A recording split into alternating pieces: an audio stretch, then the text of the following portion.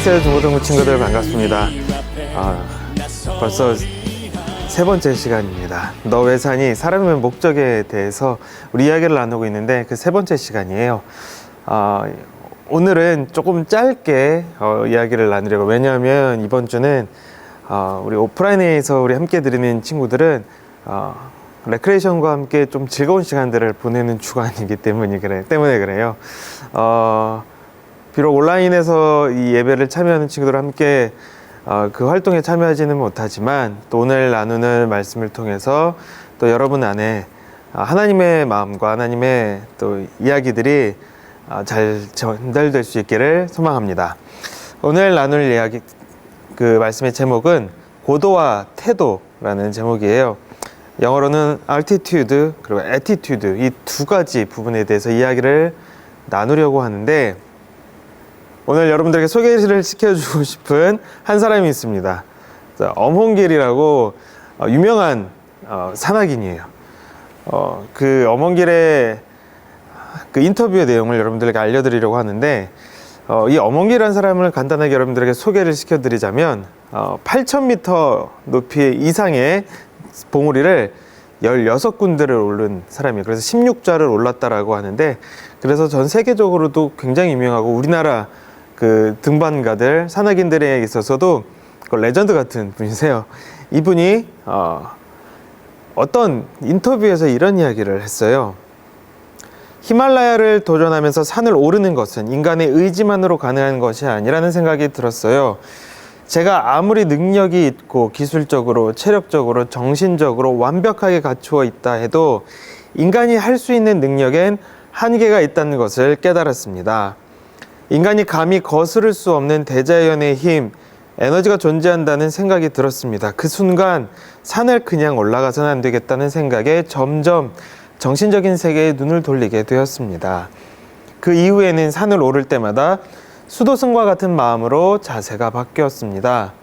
산에 올라갈 수 있는 것은 내가 산과 하나 될 때만 가능한 일이며, 산이 저를 받아줘야지만 제가 산에 오를 수 있다는 것을 뒤늦게 알게 된 것입니다. 이런 이야기를 했었어요.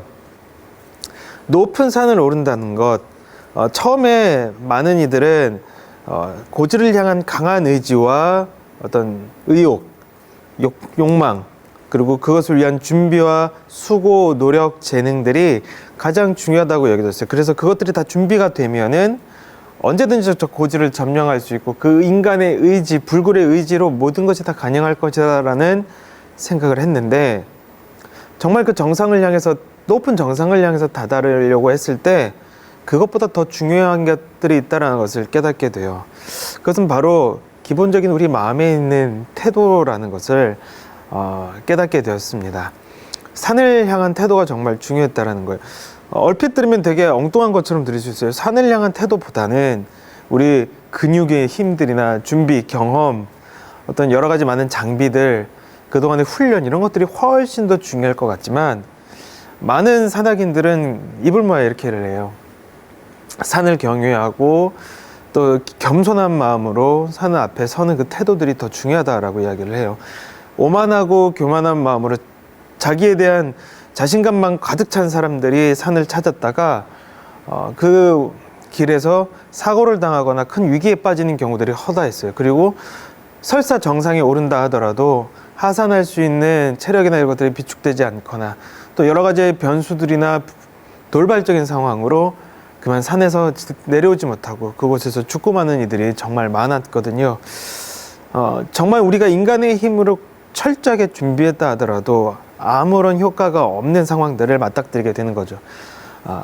그런 여러 가지 일들을 경험하고 나니 많은 산악인들은 정상을 정복하기 위해 가장 중요한 것으로 태도, 즉 그 태도 중에서도 겸손한 마음, 산 앞에서 우리의 마음을 성찰하고 돌아보며 낮출 수 있는 그 마음이 가장 중요하다는 것을 깨닫게 되었습니다. 오늘 우리가 나눌 말씀도 이와 연결되는 말씀이에요. 잠언 22장 4절 말씀인데 쉬운 성경으로 읽어보도록 하겠습니다. 짧은 구절이라서 우리 온라인으로 보는 친구들도 함께 읽어보면 좋을 것 같습니다. 잠언 22장 4절 말씀입니다. 사람이 겸손히 여호와를 경외하면 재물과 영예와 생명을 얻는다. 한 번 더 읽어볼까요? 사람이 겸손히 여호와를 경외하면 재물과 영예와 생명을 얻는다. 많은 이들은 인생에 있어서 소망한 것들을 향해서 내가 목표로 정해놓은 높은 고도를 향해서 열심히 나아갑니다. 그 고도를 위해서 달려가기만 다다를 수만 있다면, 그 고도를 내가 도착할 수만 있다면, 정복할 수만 있다면 어떠한 방법이든 어떠한 길이든 상관없이 달려가는 사람들이 있어요. 누군가를 상처 입히기도 하고 오만과 교만으로 달려가기도 하고 스스로에 대한 자기 확신을 가득하게 채워가지고 달려가기도 합니다. 그러다 보면은 또 어느 정도 성취를 할 수 있는 상황에 이르러요. 경쟁에서 승리하고 얻고 그것에 대한 어떤 성취감을 맛보다 보면은 더 오만해지고 더 자신감이 가득 차고 목이 뻣뻣해지고는 합니다. 자기 자신에 대한 능력과 과신은 우리를 교만하게 만들죠. 또 우리는 흔히 또 그런 사람들이 승승장구하는 모습들을 쉽게 볼 수 있어요. 그러나 이미 많은 역사들을 통하여서 증명된 것은 오만과 교만으로 자기에 대한 확신으로 과신으로 이루어진 성과들은 그렇게 오래가지 못한다라는 것이에요. 설사 어느 정도 많은 높이에 오르고 많은 것을 얻는다 할지라도, 목표를 성취한다 할지라도 그것을 끝끝내 계속 유지하고 가질 수 있는 것이 아니라 금방 놓쳐버리거나 거기 안에서 예상치 못한 위기와 돌발적인 변수 앞에서 쓰러지게 됩니다. 겸손하지 못한 태도로 일관했던 사람들, 오만과 자만으로 나갔던 사람들, 그들을 도와줄 손들도 많이 없었고 그 위기 앞에서 무력하게 쓰러져 버리곤 합니다. 많은 인생의 교훈들과 지혜들은, 역사들은 공통적으로 그래서 이야기를 합니다. 겸손할 것, 스스로를 성찰하고 마음을 살피고 내 안에 있는 이 불끓는 욕망과 감정들, 성촉을 다스리라 라고 이야기를 해요. 인생의 소망과 성취를 이루시고 채우시고 더하는 분이 하나님이라는 것을 기억할 것을 이야기를 합니다. 우리 그리스도인들은 하나님을 기억하는 사람들입니다.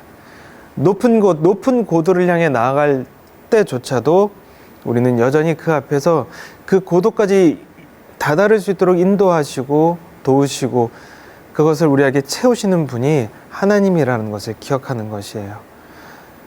내가 당연하게 얻어야 하는 결과로 그것을 얻는다라는 것이 아니라 하나님께서 나에게 은혜로 주시는 선물이라는 것을 기억하는 삶입니다. 이것은 굉장히 달라요.